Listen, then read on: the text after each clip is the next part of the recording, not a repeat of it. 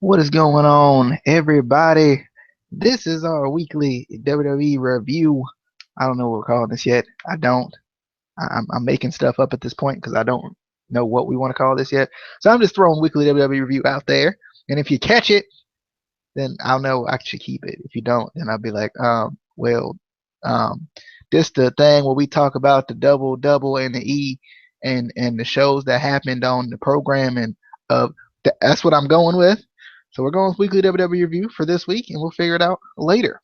But let's jump into Monday Night Raw. Well, I first of all, I think next week we should call it the TNA review and kind of mix it up a little bit.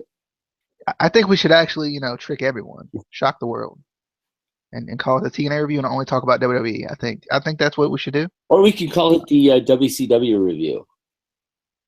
That let's call it the Resistance Pro Wrestling review. Let's do it. All right. We're talking about starting with Monday Night Raw. If you don't know which one is Monday Night Raw, it's the one at the top left. Oh, it's the one that says Smackdown. Okay. Yeah, the one that says SmackDown. Yeah. But first we had Goldberg come back, and this actually surprised me. I know we had talked about this. We had talked about how Goldberg. We weren't surprised that Goldberg was on the show. We were more surprised that Goldberg was first on the show, and there was no more real Goldberg involvement. He kind of called out Brock Lesnar. It's pretty cool. Never saw Brock Lesnar, but he did spear Rusev. He jackhammered Rusev and speared Paul Heyman. So that was pretty cool. We had the Trick or Street fight, I think is what they called it, right? Trick or Street fight. I actually enjoyed it. I thought it was pretty good, pretty cool. That's why I marked it down because I actually liked it. I thought it was pretty cool. It's pretty funny. I still love him in the Big Cass on the mic and the Big Gal laws. And then we got the continuation of the feud between TJ Perkins and Brian Kendrick. I couldn't remember right offhand. Did they continue this feud or did they end this feud on this one? I think they continued it. I couldn't remember for the life of me if they continued it or if they had ended. They ended it. I think they continued it though because they had their return match for the title and stuff like that. And then we found out that Braun Strowman was on the Survivor Series team. He won a battle royal to get his spot, and I wasn't necessarily surprised. I had a feeling he was going to be on the team because they kind of needed the big Braun Strowman out there. It'll be interesting though to see how he kind of interacts with the old members of the Wyatt family that he used to be in. I think that's kind of what they were going for here too. Kind of see how they were going to react because the Wyatt family is on the other side of the team as far as on SmackDown's side, but that'll be an interesting little interaction. The New Day, Godfather reincarnation, Good Father, Godfather, Good Father. It was just hilarious. I enjoyed it. They kind of were talking about the SmackDown team and kind of who's going to be on the Raw team. So I kind of like they kind of previewed who kind of was going to be on each team and everything tonight. For the most part, Raw kind of kept it up in the air a little bit, where SmackDown, I feel like on their shows, they were more so just trying to let you know who's going to be on the team. So it's a lot of different scenarios. Maybe they're going to let them SmackDown's going to try to let them mesh a little bit more, where Raw is just kind of gradually put people together. And then we had at the end of the night, which was freaking pretty cool, where Reigns was in a match with Chris Jericho for the U.S. title. Reigns obviously won that match, and Chris Jericho and Kevin Owens tried to attack him. Rollins comes out to save the day. And who's left in the ring all alone? Roman Reigns and Seth Rollins. And the crowd went bonkers. And I was like, I mean, I thought it was a pretty cool moment too. It was pretty cool to especially since they're now kind of on one accord. They're both faces. They're not really feuding anymore. Seth's kind of come to his senses in Roman's eyes, and in Seth's eyes, Roman's not. Or so that was pretty interesting to see. I enjoyed seeing those two guys kind of just out there, kind of little Shield teaser, I guess you could say. But Casey, any thoughts on Monday Night Raw from this week? I think he's still there. His microphone's muted out, so I'm not sure his microphone's muted out. Casey Mama might be over there. Casey Mama, she might be over there. I'm not sure. But I gotta, shout out Casey. Any thoughts on Monday Night Raw? I mean, if you let me talk, I would, You just muted your mic. I mean, you just unmuted your mic like two seconds ago. It was literally 2 seconds ago. It wasn't. They didn't see it, so it didn't happen. But anyway, I feel like I'm repeating myself because all of this stuff I said to DJ already throughout the week, but we haven't done the review till now. But I feel like Paul Heyman is, and I'm gonna get so much hate for this, but I don't care. I feel like he's losing his edge. Oh, sorry. He tried to do, the typical heel thing and, verbally attack Goldberg's son, which doesn't, Paul, it doesn't work when the kid has to be like 13 or 14. It works when they're like 8. That does work. That always works. It always works. He was. I mean, 13-year-olds are the easiest people to make fun of. He was. I remember middle school. Man, he was laughing. That is not how that works. When the person you're trying to like be a heel to is just laughing at you, come on. And I'm not really sure the point of Rusev coming out unless it was just to have him get jackhammered. Like, yeah, laws. Rusev isn't the U.S. title anymore. I mean, isn't the U.S. champion anymore. Laws. That's practically like Rusev's booking post U.S. title runs. Yeah.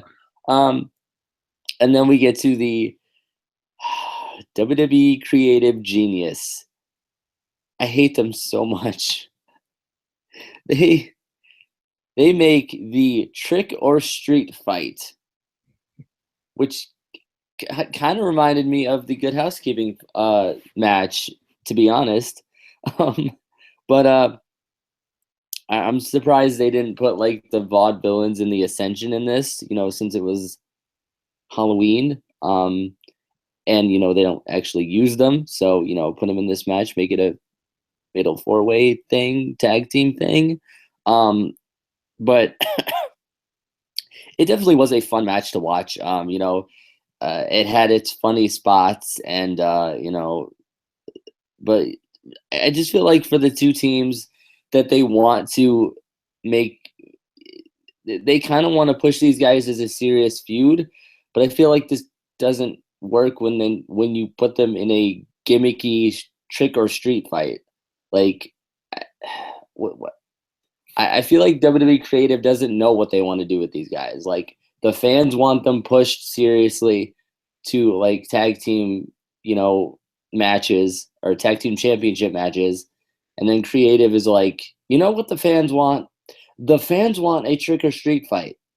That's what they want.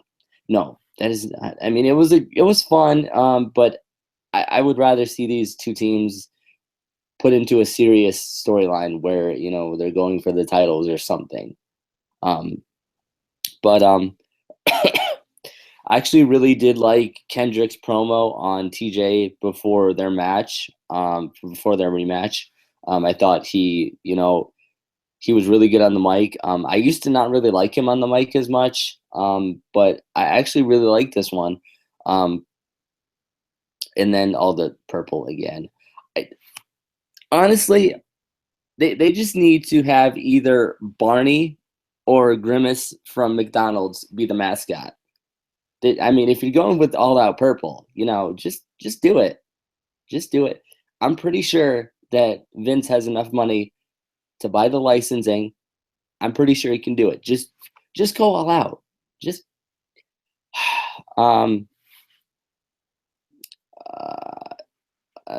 let's see. And then the only other thing that I didn't like was I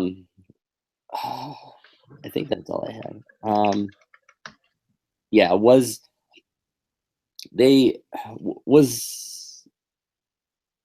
Raw was when they were gonna do, or no.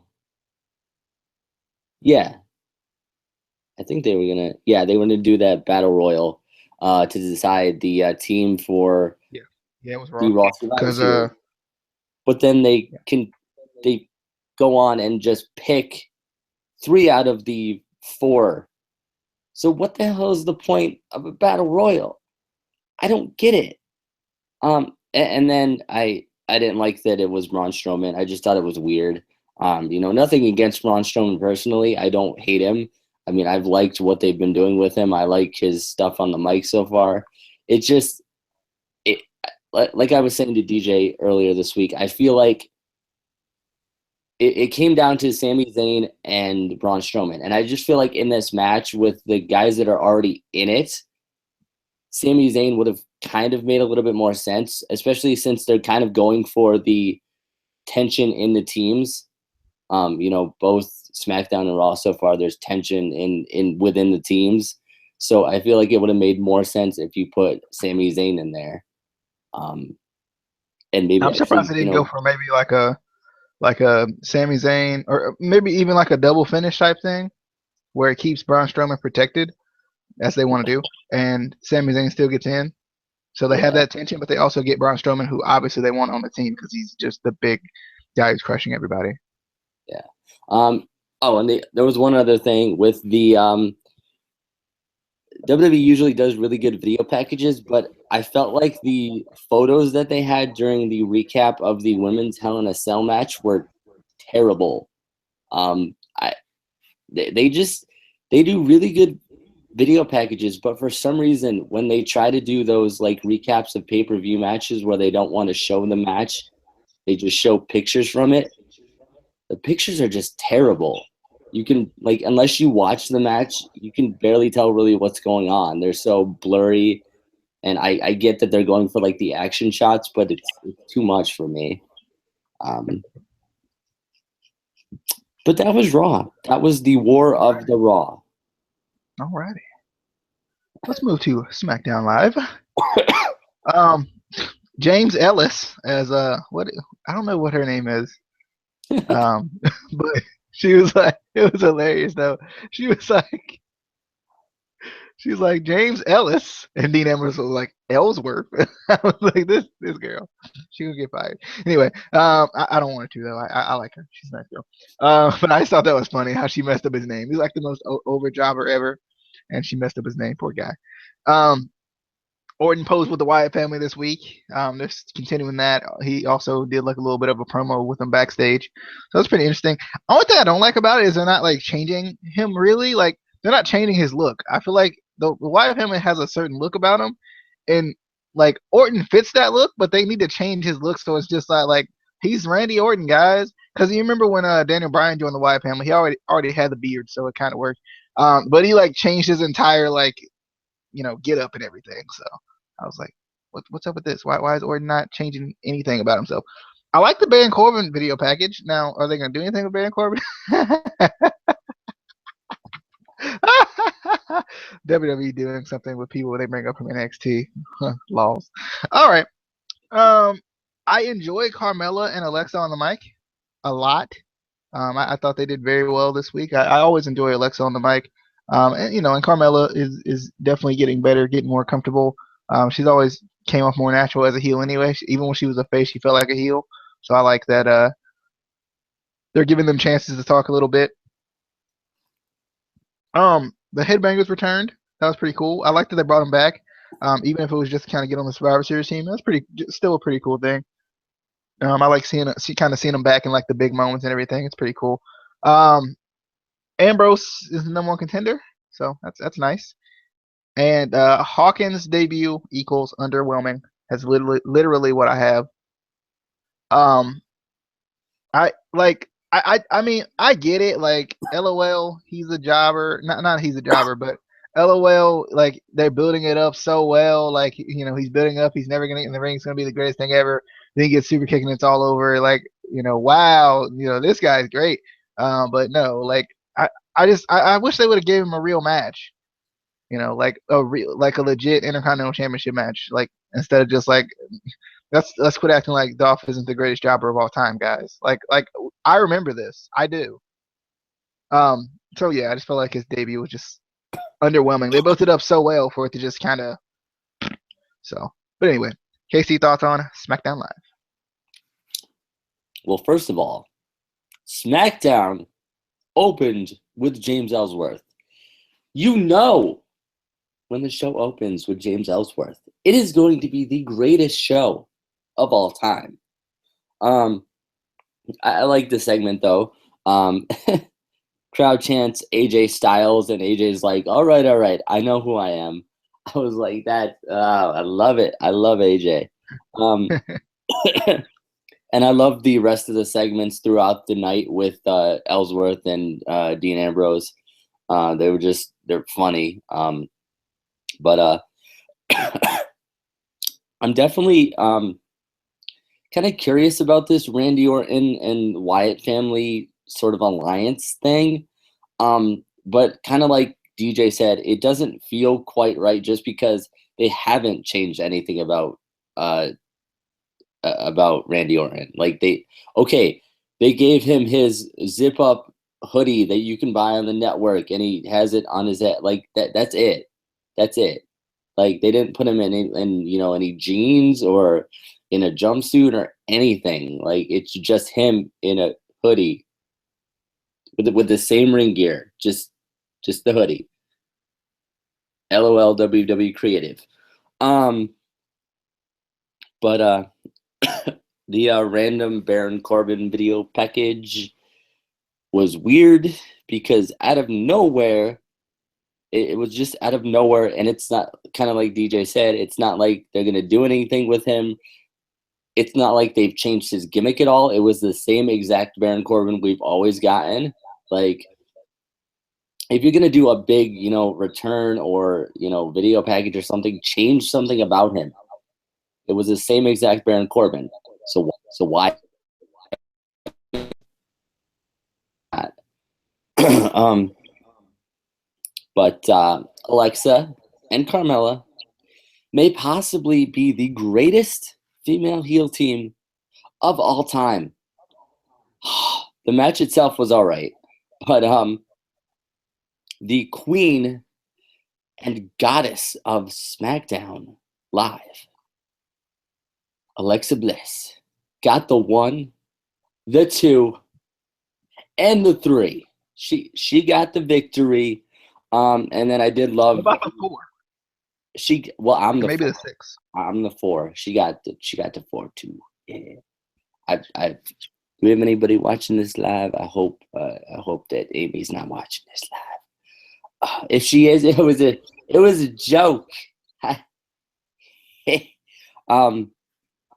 But I did love the interview that they conducted with each other. I thought that was funny. And I thought they worked really well to off of each other during the interview that they did. I kind of want to hear more of them on the mic, with their heel gimmicks, since they're both, going as heels, and maybe, sort of team them up a little bit, kind of help them, elevate each other, push each other.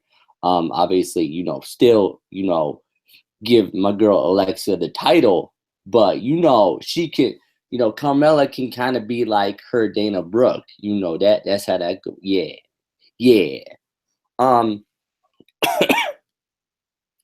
I did love Kurt Hawkins coming out for Dolph Ziggler's open challenge. The only thing I didn't like about the open challenge was Mick Foley came out and announced the open challenge. So it didn't feel like an open challenge. It felt like Mick Foley told Dolph Ziggler that he was going to do an open challenge. I just thought that was weird. Like, I feel like Raw's been doing some weird writing or booking of shows where if they just changed it slightly, it would have felt okay. But I was waiting for something to happen to make us have to wait longer.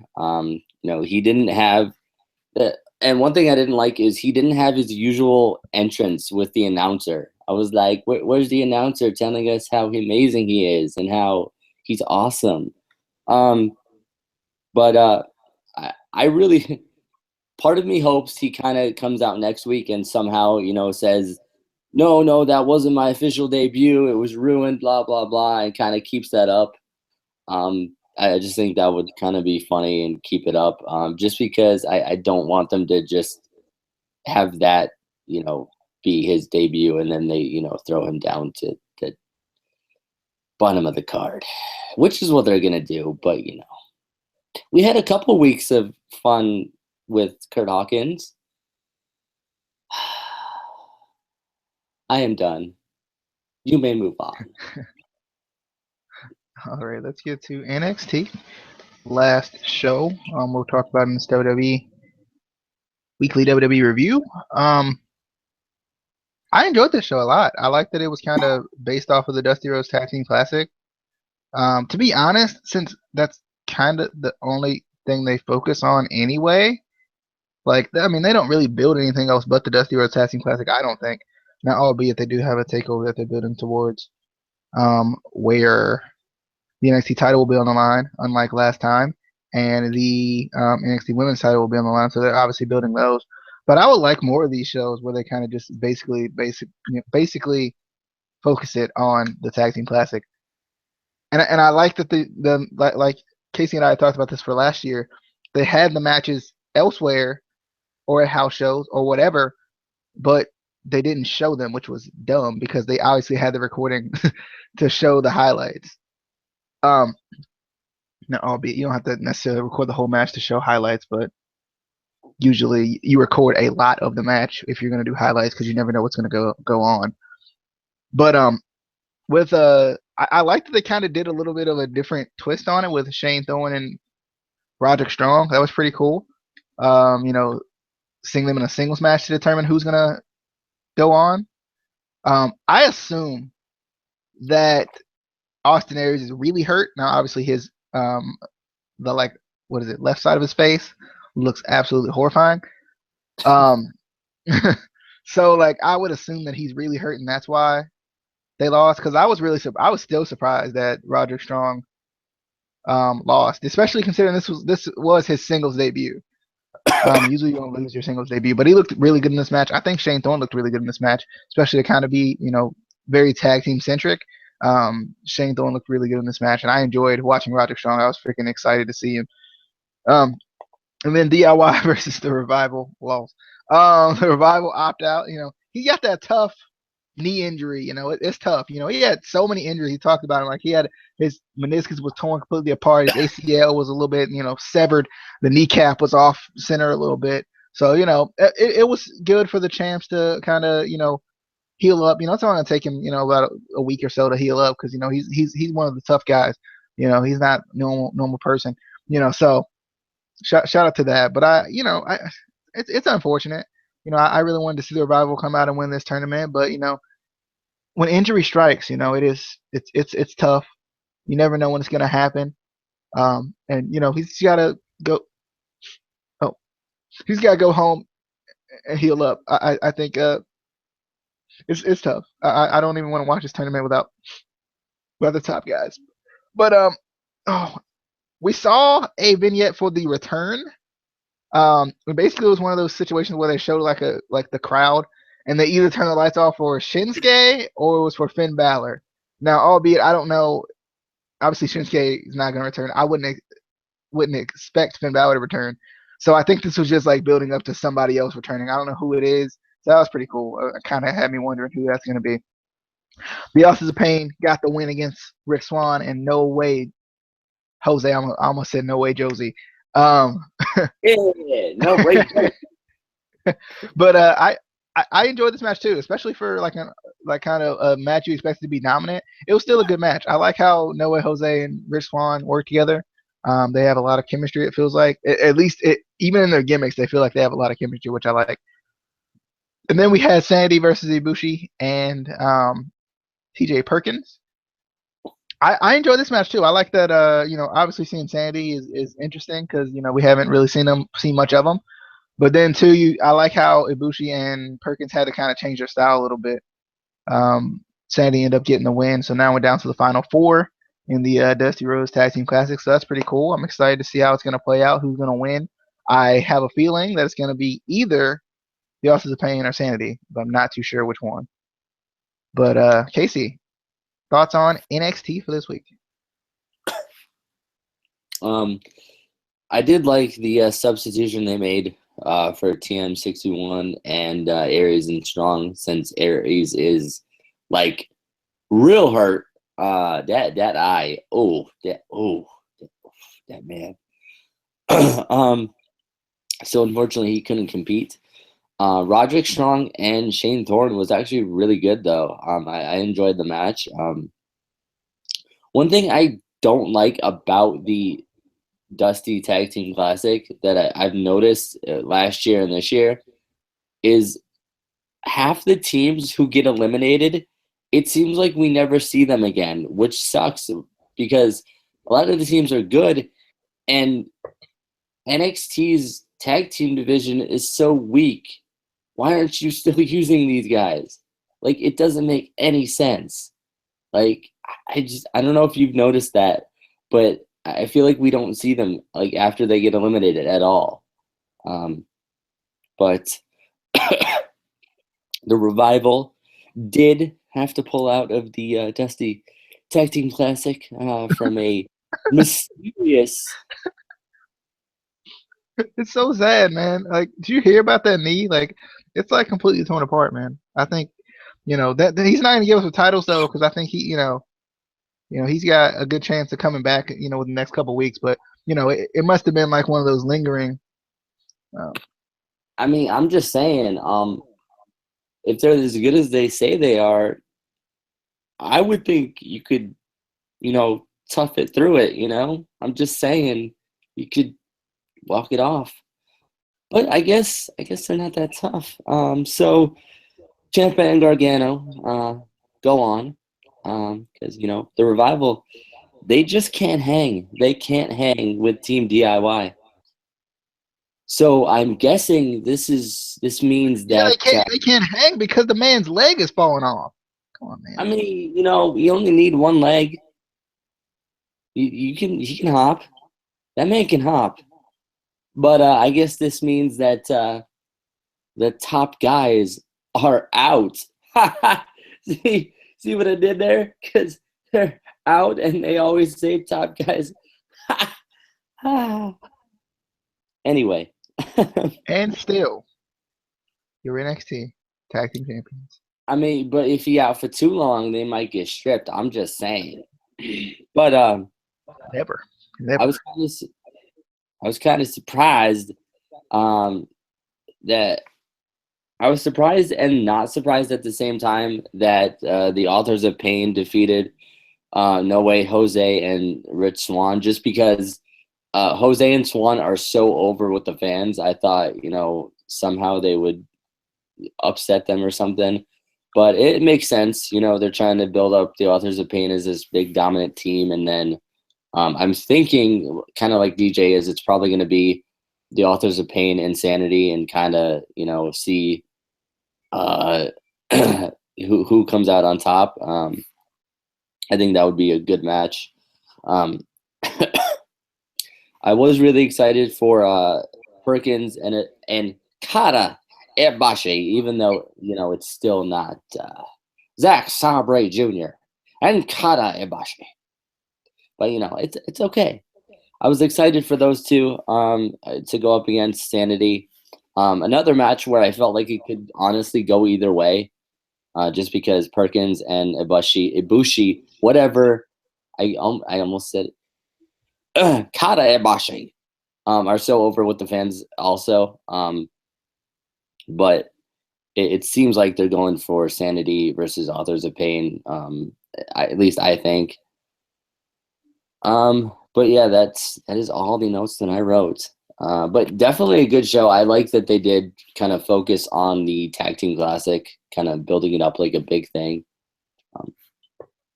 I think it kind of feels bigger this year, just because of the way they've done it.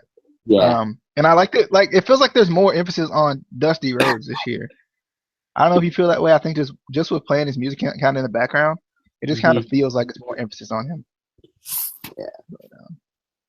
But that was our weekly WWE review for the week of that began with Hell in a Cell, which was on the October 30th, and brought us into November, our first WWE shows of November. So that's pretty cool.